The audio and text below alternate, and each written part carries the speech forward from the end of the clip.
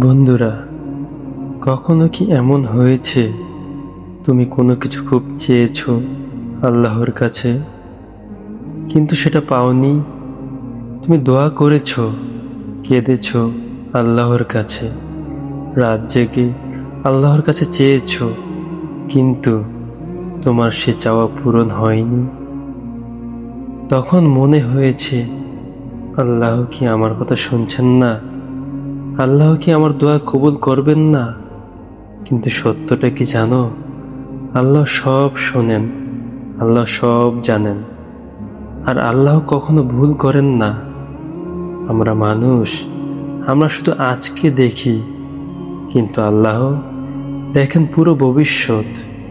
তুমি যেটাকে ভালো ভাবছো, হয়তো সেটার মধ্যে তোমার ধ্বংস লুকিয়ে আছে, আর তুমি যেটাকে খারাপ ভাবছো, হয়তো সেটার মধ্যেই তোমার সবচেয়ে বড় কল্যাণ রয়েছে। কোরআনে আল্লাহ বলেন, তোমরা এমন কিছু অপছন্দ করতে পারো যা তোমাদের জন্য ভালো, আর এমন কিছু ভালোবাসতে পারো যা তোমাদের জন্য ক্ষতিকর। সূরা আল বাকারা 216। বন্ধুরা, ভাবো তো, তুমি একটা চাকরি পাওনি, তুমি ভেঙে পড়লে, কিন্তু কয়েক মাস পর তুমি আরো ভালো একটা সুযোগ পেলে। তখন তুমি কি বলো? আলহামদুলিল্লাহ, আগেরটা না পাওয়াটাই ভালো হয়েছে। কিন্তু আমরা সমস্যা কোথায় করি জানো? আমরা চাই সব কিছু আমাদের হিসেবেই হোক, আমাদের ইচ্ছা মতো হোক, কিন্তু আমরা ভুলে যাই আল্লাহর পরিকল্পনাই সবচেয়ে উত্তম। বন্ধুরা, একটা কথা মনে রেখো, আল্লাহ হয়তো দেয় দেরি করে, কিন্তু যখন দেয় উত্তম কিছুই দেয়। দেরি মানেই না পাওয়া না। আল্লাহ হয়তো তোমার জন্য আরো ভালো কিছু প্রস্তুত করছেন। বন্ধুরা, হযরত ইউসুফ আলাইহিস সালামের কথা মনে আছে আপনাদের? তার ভাইয়েরা তাকে কূপে ফেলে দেওয়া হয়েছিল, দাস হিসেবে বিক্রি করা হয়েছিল, মিথ্যা অপবাদে জেলে পাঠানো হয়েছিল। সবকিছু যেন খারাপই হচ্ছিল তার সাথে, কিন্তু শেষটা কি হয়েছিল? তিনি মিশরের রাজা হলেন। যদি সেই সময় ইউসুফ আলাইহিস সালাম বলতেন, এটা কেন হচ্ছে আমার সাথে, তাহলে কি তিনি আজকের সেই সম্মান পেতেন? কখনই পেতেন না। কারণ আল্লাহ ধীরে ধীরে তাকে বড় কিছুর জন্য প্রস্তুত করছিলেন। ঠিক তেমনি আমাদের জীবনেও যা হচ্ছে, সব কিছু এলোমেলো না। এটা একটা প্ল্যান, আল্লাহর প্ল্যান। হয়তো আজ আমরা কষ্টে আছি, হয়তো আমাদের দোয়া কবুল হচ্ছে না মনে হচ্ছে, কিন্তু বিশ্বাস রেখো বন্ধুরা, আল্লাহ আমাদের জন্য যা রেখেছেন সেটা আমাদের পরিকল্পনার থেকেও সুন্দর। একদিন আমরা পিছনে তাকিয়ে বলবো, আল্লাহ, তখন আমি বুঝিনি, কিন্তু আজ বুঝতেছি আপনার প্ল্যানই সেরা ছিল। তাই বন্ধুরা, হতাশ হওয়ার কিছু নেই।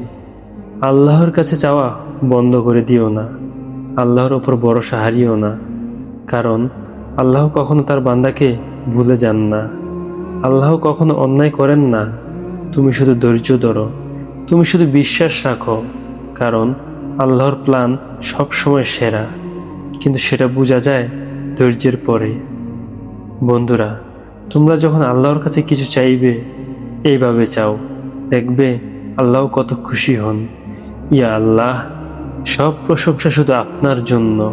ইয়া রহমান, ইয়া রহিম, আপনি সবচেয়ে দয়ালু, সবচেয়ে ক্ষমাশীল। ইয়া আল্লাহ, আমি অনেক গুনাহ করেছি, অনেক ভুল করেছি, তবুও আমি জানি আপনি ছাড়া আমার আর কেউ নেই। ইয়া আল্লাহ, আমি আপনার কাছে ফিরে এসেছি খালি হাতে, ভাঙ্গা মন নিয়ে।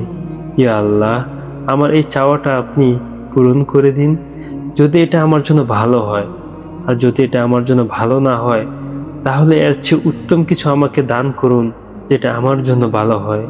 ইয়া আল্লাহ, আমার হৃদয়ের কষ্টগুলো আপনি দূর করে দিন, আমার জীবনের অন্ধকারগুলো আলো দিয়ে ভরে দিন।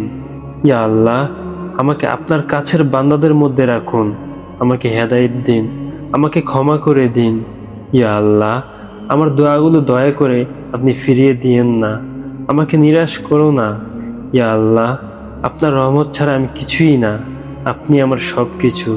হে আল্লাহ, আমার কপালে যা লিখেছেন তা যেন আমার জন্য রহমত হয়। বন্ধুরা, যদি আমার কথাগুলো তোমাদের হৃদয়ে একটু হলেও লাগে, তাহলে আজ থেকে আল্লাহর ওপর ভরসা বাড়াও। ভিডিওটি ভালো লাগলে অবশ্যই লাইক দিন, আপনার মূল্যবান মতামত কমেন্টে জানান, প্রিয়জনের সাথে শেয়ার করুন, আর সফর ইসলাম চ্যানেলটি সাবস্ক্রাইব করে পাশে থাকুন। ইসলামের পথে আমাদের এই সফরে আপনিও সাথী হন।